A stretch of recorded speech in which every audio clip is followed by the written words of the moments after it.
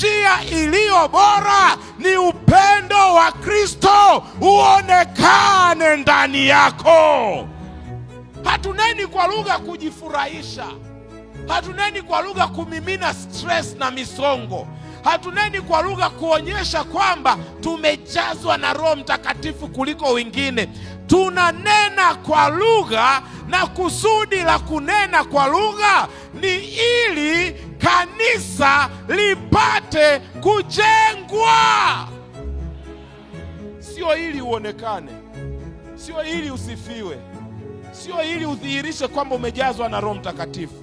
Ni ili kanisa lipate kujengwa. Kwa hiyo kama una karama ya kunena kwa lugha, ni ili kanisa lipate kujengwa.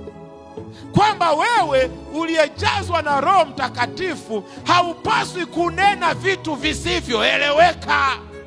Kila unalonena lazima lieleweke, na kama halieleweki, wewe ni mpiga makelele na mayowe, unanena hewani tu. Kusudi la karama ya kunena kwa lugha ni ili kanisa lipate kujengwa.